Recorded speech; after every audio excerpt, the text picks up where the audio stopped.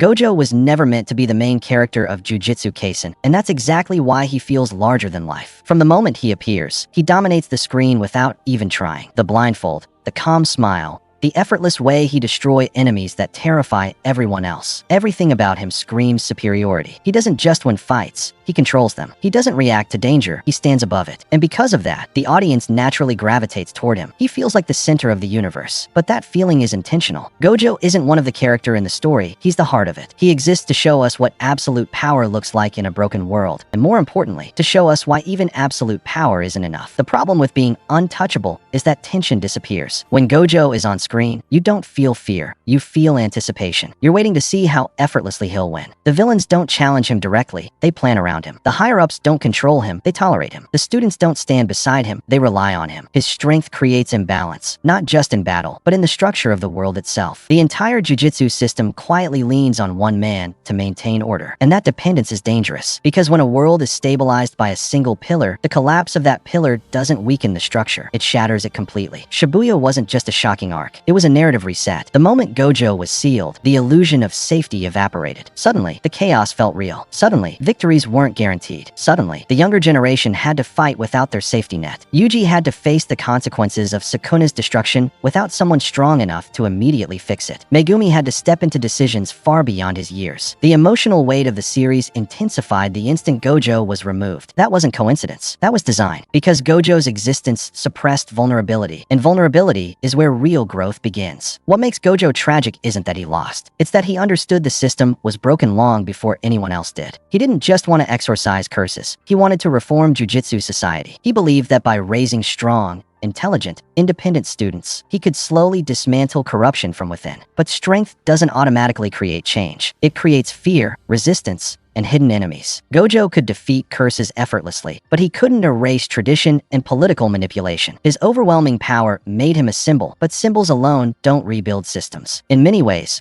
Gojo was fighting a war that brute force could never win. So yes, Gojo is the strongest sorcerer alive. That's undeniable. But strength alone doesn't make you the emotional core of a story. Gojo represents dominance, perfection, and confidence. The rest of the cast represents struggle, consequence, and growth. And Jujutsu Kaisen has always leaned toward consequence. It asks what happens after overwhelming power fails to protect everyone. It explores what it means to live with guilt, trauma, and responsibility. Gojo shines brightly because he exists above those burdens most of the time. But the story moves forward because others are forced to carry them. He was never meant to be the permanent center of the narrative. He was meant to set the standard so impossibly high that when he falls, the world has no choice but to evolve. And that evolution, painful, chaotic, and uncertain, is where the true story begins. And maybe that's the real purpose of Gojo. His strength exposed the flaws of a system that depended too heavily on one man, and his absence forced everyone else to confront a harsher reality. Gojo isn't the heart of Jujutsu Kaisen, he's the breaking point, the moment where illusion turns into consequence. Because in the end, the strongest sorcerer didn't exist to carry the story, he existed to challenge it, disrupt it, and ultimately leave it in the hands of those who must grow beyond him. And that's what makes his legacy more powerful than his strength ever was.